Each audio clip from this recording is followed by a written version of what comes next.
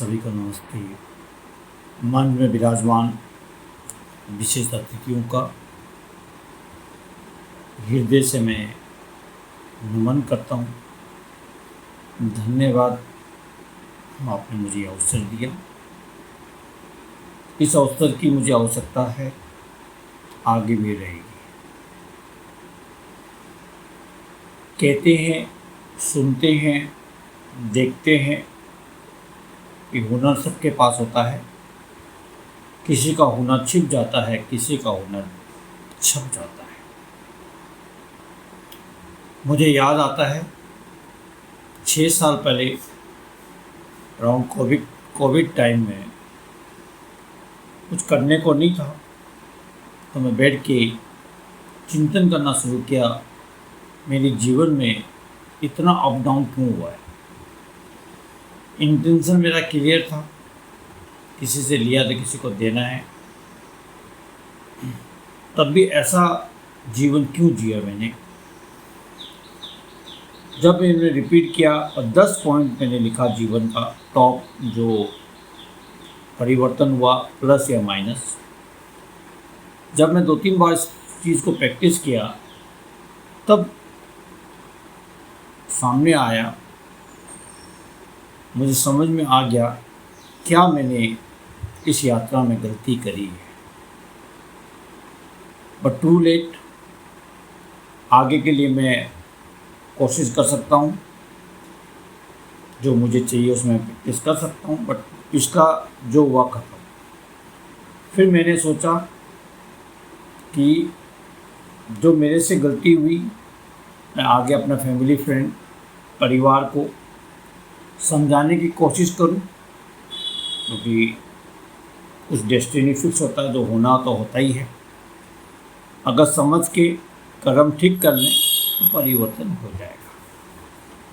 तो पिछले 6 साल से मैंने अपना सोचा, अपने हुनर को छिपने नहीं देना है, छपाना है। और मैंने एक यात्रा शुरू करी, कदम कदम कदम कदम। ईजी नहीं था, क्योंकि मेरे लिए और कुछ बहुत बड़ी बड़ी पजलें थी इस यात्रा में आने के लिए। एक, मेरी प्रोनाउंसिएशन ठीक नहीं है, आज भी मेरा प्रोनाउंसिएशन बहुत अच्छा नहीं है। दूसरा, मेरे पास फैसिलिटी नहीं था उस टाइम, ना इंटरनेट का मुझे ज़्यादा नॉलेज था, ना मेरे पास कोई अच्छा फ़ोन था, लैपटॉप तो दूर की बात। मैंने उस समय भी बी डू हैव में प्रैक्टिस किया। जो मेरे पास है उससे मैं करूँगा, कोई चीज़ आ जाएगा फिर मैं करूँगा, इसको मैंने बिलीव नहीं रखा। दूसरा, बहुत इम्पोर्टेंट होता है, हम जाते जाते यात्रा रुक जाते हैं कि लोग क्या कहेंगे, उसको भी मैंने किनारा किया। लोग जो भी कहने दें, मुझे कोई फ़र्क नहीं पड़ना है, मुझे स्लो एंड स्लो आगे जाना है। फिर साथ में और साइंसों को मैंने पढ़ना शुरू किया, वास्तु, न्यूमरोलॉजी, हस्तरेखा। हस्तरेखा एक थोड़ा इंटरेस्ट सब्जेक्ट है, specially ladies, female character, female member से, चाहे भाभियाँ हो, आंटियाँ हो, कोई यूथ भी हो ना, हाथ दिखाना जल्दी पसंद करते हैं। तो शुरू में मैं भी सीख रहा था, तो मुझे भी अच्छा लग रहा था, किसी को कुछ बताना, किसी को कुछ बताना, किसी को मोटिवेट करना, डेट ऑफ बर्थ से कुछ बताना, मेरी प्रैक्टिस हो रही थी। बट ये तीनों साइंसों को मैंने कंबाइन किया और अपना परिचय दिया वीरेंद्र गद्दी ऐसा लाइफ कोच। मैंने ये चीज़ हाईलाइट नहीं किया, वास्तु, न्यूमरोलॉजी, हस्तरेखा एक प्रैक्टिस है मेरी। बट मेन थिंग है जो मैंने अपने जीवन से सीखा कि मैं क्या गलती किया है मैंने। उसके बाद 2 पावरफुल लाइन मेरे जीवन में आया सेंटेंस के रूप में, जहाँ तक सोचेंगे वहाँ तक पहुँचेंगे। दूसरा, what you repeat you will be. जो आप रिपीट करेंगे और आप धीरे धीरे बनते जाएंगे।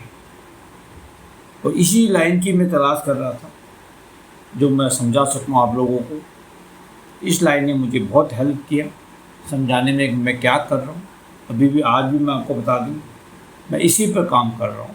जहाँ तक सोचेंगे वहाँ तक पहुँचेंगे कैसे, और what you repeat you will be.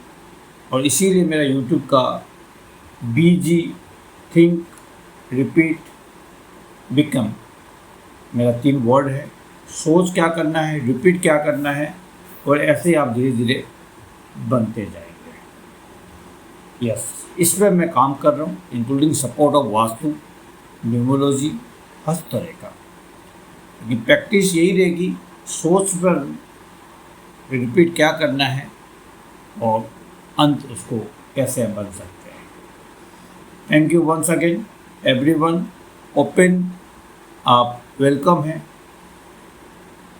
Question पूछिए आप regarding skills, regarding vastu, regarding numerology, कुछ भी आप क्वेश्चन पूछिए, मेरी एक्सपीरियंस के हिसाब से मैं उत्तर दूंगा।